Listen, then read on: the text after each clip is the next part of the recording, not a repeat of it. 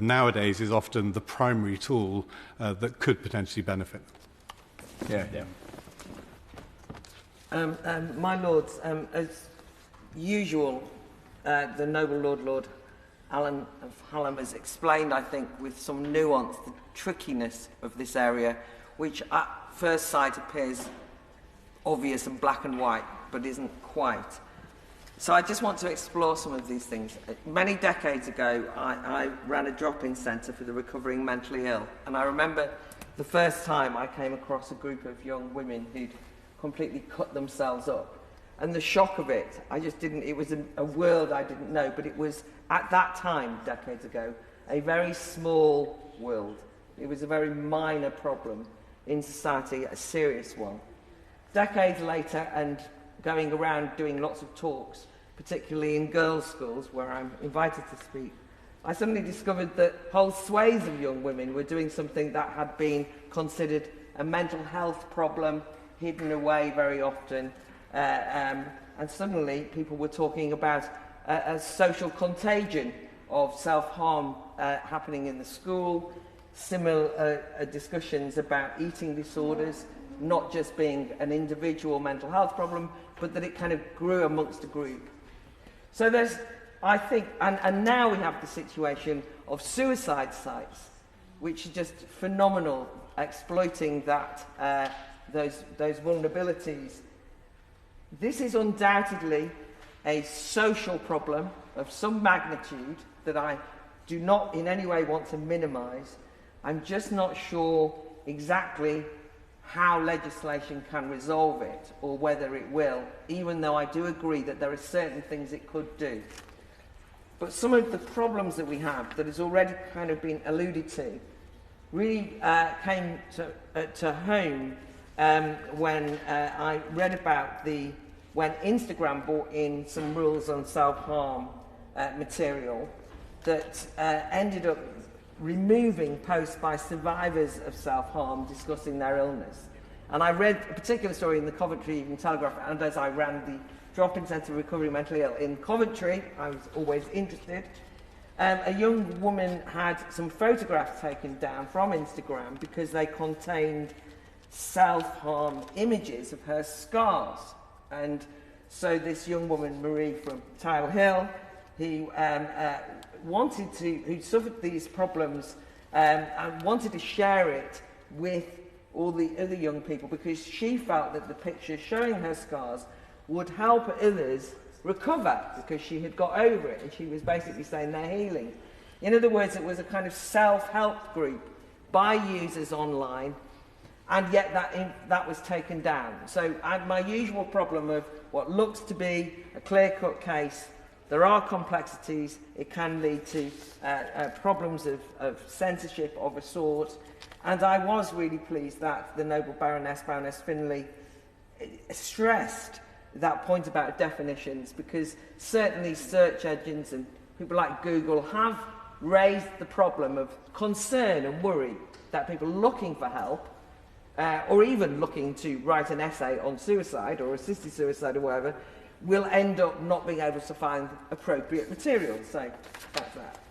But I also wanted to ask a slightly different question, which is who decides which self-harm, just in terms of our definitions and what's a contagion. Because now when I visit schools, there's a new social contagion in town, I'm afraid to say, and that is that of gender dysphoria.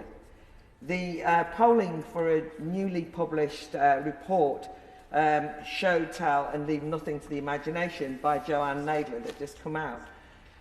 In that polling, half of the young people interviewed said that they knew someone at their school who wants to change gender or had already.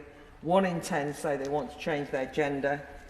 Now, that is just an observation. What's that got to do with this bill, you might say. But actually, I think that there are problem areas here that are actually being affirmed by educational organisations and by charities, and by which I mean organisations who have often worked with government, have been consulted as stakeholders, have recommended to young women that they were to purchase online chest binders. chest binders that will stop them developing, where and how to use puberty blockers, and eventually affirming double mastectomies or castration. And this, of course, is all over social media, by the way, because once you start to search on it, TikTok is rife with it.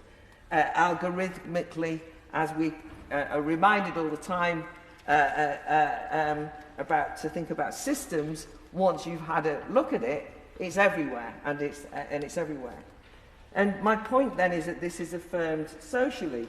Now, if you can imagine a situation whereby in society, offline, some young woman comes to you and says, look, I'm so fat, who's got an eating disorder and is, 4 stone, and you said, yes, of course you're fat, I'll help you slim, we'd think that was terrible. And when it happens then crudely, cruelly sometimes online, we want to tackle it here. If some young woman came to you and said, I want to self-harm and I feel so miserable, I want to cut myself, and you started recommending blades, then we'd think that was atrocious behaviour. And in some ways, that's what's happening online, and that's where I have every sympathy with these amendments. Yet when it comes to gender dysphoria, that means actually, I think, self-harming, encouraging self-harm, because it's a cultural phenomenon that's popular, then it doesn't count. Now, in some ways, I could be arguing that we should future-proof this legislation by including those self-harms in the self-harm definition that's been put forward by these amendments. But I'm more raising it to indicate that, as with all definitions, it's not quite as easy as one would think, because I appreciate that there might be a number of noble lords and others engaged in this discussion would merely think that I'm exhibiting prejudice rather than any genuine compassion or concern for those young people. Although I would note that if you want to see a rising group of people who are suicidal and really feeling that their life is not worth living, do search out the work that's been done on detransitioners who realise too late that that affirmation by adults has been a disaster for them.